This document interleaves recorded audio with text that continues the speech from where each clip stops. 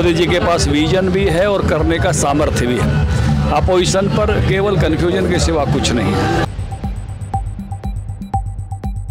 दिल्ली की बात क्यों नहीं कर रहे हैं? मतलब दिल्ली से चंडीगढ़ क्यों दिखाना चाहते हैं? क्योंकि दिल्ली में कांग्रेस के लिए कुछ है नहीं।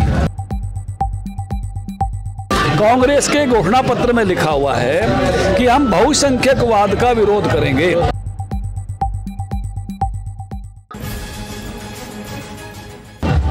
बीजेपी लगातार प्रचार में जुटी हुई है। ओपी धनखड़ साहब हमारे साथ हैं। धनखड़ साहब, आप यहाँ बादरी आए हैं, क्या लग रहा है माहौल इस बार 400 पार हो जाएगा या फिर कुछ टक्कर नजर आ रही है? आराम से बहुत अच्छा कैंपेन चल रहा है, देश भर में भी, प्रदेश में भी, दिल्ली में भी।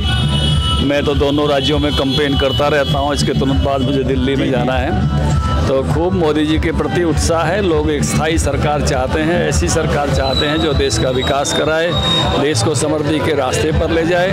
मोदी जी के पास विजन भी है और करने का सामर्थ्य भी है। अपोजिशन पर केवल कन्फ्यूजन के सिवा कुछ नहीं है। धनखड़ साहब, चूंकि ये बहुत महत्वपूर्ण सीट मानी जाती है लोकसभा की, क्योंकि देवेंद्र हुड्डा यहाँ से खड़े होते हैं। पिछले बार बीजेपी ने उनको शिकस्त दे दी थी, लेकिन इस बार लगातार जो देखने में प्रचार के दौरान ये आ रहा है कि वो ये बात कह रहे हैं कि वह दिल्ली के रास्ते चंडीगढ़ जाएंगे देवेंद्र सिंह हुड्डा। क्या लग रहा है कि वो सिर्फ माहौल बना रहे हैं? दिल्ली की बात क्यों नहीं कर रहे हैं? मतलब दिल्ली से चंडीगढ़ क्यों दिखाना चाहते हैं? क्योंकि दिल्ली में कांग्रेस के लिए कुछ है नहीं, है ना। इसलिए वो सोचते हैं कि हम कोई ऐसी बात कहें जिससे कोई अट्रैक्शन पैदा हो।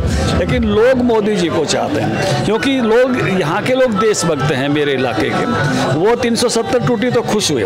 अब अगर हमने कमल के फूल की वोट दे रखी थी तो 370 तोड़ने में पड़ी, और अगर दीपेंद्र को वोट दे रखी होती तो 370 के खिलाफ पड़ती, क्योंकि कांग्रेसी राम मंदिर के भी खिलाफ थे। 25 वकील खड़े किए। अब यूसीसी बनेगा। मैं घोषणा पत्र कमेटी का सदस्य हूँ। यूनिफॉर्म सिविल कोड जो देश की जरूरत है, ये बता दे कि कांग्रेस घोषणा पत्र में क्या लिखा हुआ है। वो तो यूसीसी के खिलाफ है, वो तो 370 वापस तोड़ना चाहते हैं। ये स्टेट क्लियर करे कांग्रेसी उम्मीदवार यहाँ पे, क्योंकि यहाँ के लोग तो यूसीसी बने इसके लिए वोट देना चाहते हैं। ये एक बेसिक बात है, क्योंकि लोग मोदी जी को इसलिए वोट देना चाहते हैं कि वो देश की मुख्य धारा के साथ चलना चाहते हैं। कांग्रेस के घोषणा पत्र में लिखा हुआ है कि हम बहुसंख्यकवाद का विरोध करेंगे।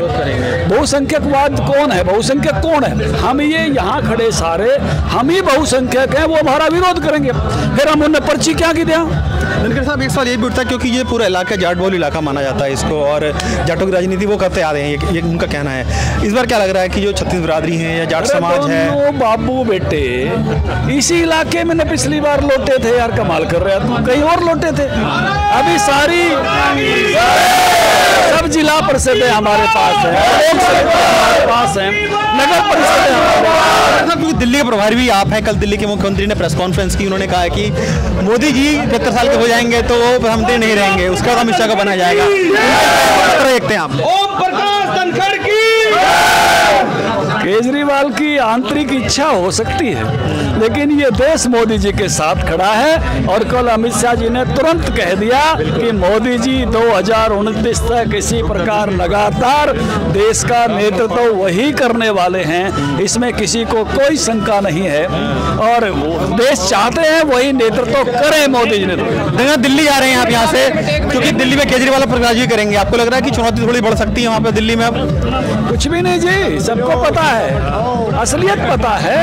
भाई शराब घोटाले में जेल में गया है, किसी और के अच्छे काम से थोड़ी गया। सारा मंत्रिमंडल जेल में है। जिस कांग्रेस का विरोध करके भ्रष्ट बता के सरकार लाया था, उसी के साथ गलबाइयां पा रहा है। तो सबसे हरियाणा में 10 सीटें आ रही है,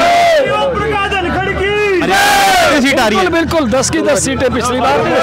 10 की 10 सीटें हरियाणा में आने वाली है, ये कहना है ओपी धनखड़ का, जो कि प्रचार करने पहुंचे हैं बादरी क्षेत्र में, और यहाँ से वो लगातार बीजेपी का प्रचार करेंगे। और साफ तौर पर उनका कहना है कि पिछली बार जिस तरीके से यहाँ के तमाम मूल निवासियों ने देवेंद्र सिंह हुड्डा के गढ़ को तोड़ा था, वो इस बार कहीं ज्यादा मार्जिन से इस बार बीजेपी जीत कर आएगी।